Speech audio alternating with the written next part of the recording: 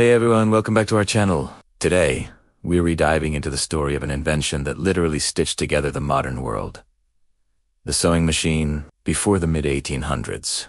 Every single piece of clothing, every sail on a ship, every bookbinding was sewn by hand. It was a slow, painstaking process that consumed countless hours, mostly for women. Imagine spending your entire day just sewing seams for your family's clothes.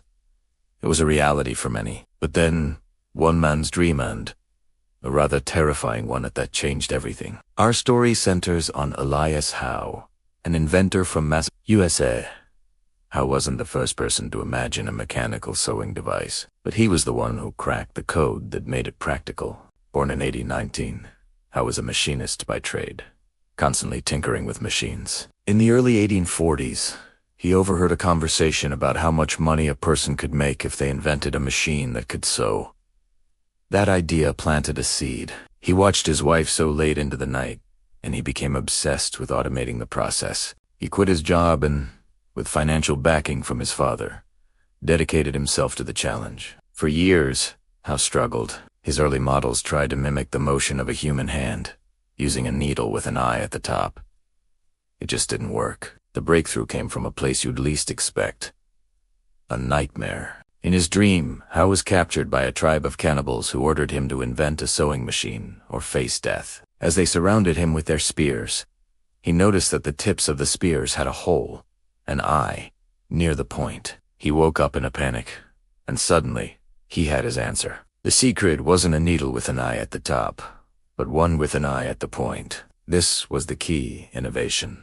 Combined with another crucial element, the lock-stitch house design was revolutionary. The lock-stitch uses two threads, one from the needle and one from a shuttle ballot, to create a strong, secure stitch that wouldn't easily unravel. This mechanism is still the foundation of most sewing machines today. In 1846, after years of relentless work, Elias Howe was granted U.S. Patent 4750 for his invention. To prove its superiority, he challenged 5 of the best hand sewers in a public competition. His machine easily outstitched all of them, proving its efficiency beyond any doubt. But the story doesn't end there.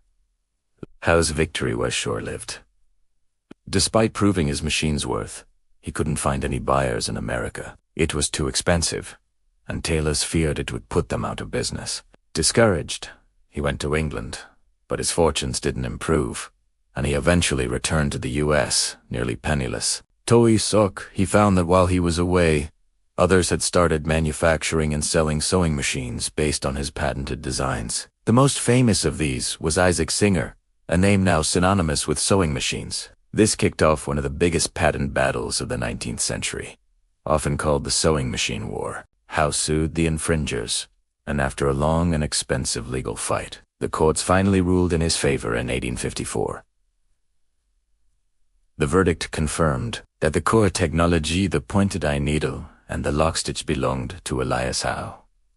He was awarded royalties on every sewing machine sold in the United States that used his patent. This decision didn't just make Howe a very wealthy man. It set a precedent for patent law and led to the creation of the first patent pool, where different manufacturers shared their innovations to collectively advance the technology. The impact was immense. The sewing machine transformed society. It fueled the rise of the ready-to-wear clothing industry, making fashionable clothes affordable for the masses. It liberated women from hours of domestic drudgery. And while it also led to the rise of garment factories with their own set of labor issues, it undeniably modernized an ancient craft. From haute couture runways to the simple act of mending a pair of jeans at home, the legacy of Elias Howe's dream and his determined fight is stitched into the very fabric of our lives. So, next time you see a sewing machine, remember the story of Elias Howe, a man whose nightmare became a dream come true for the entire world. Thanks for watching.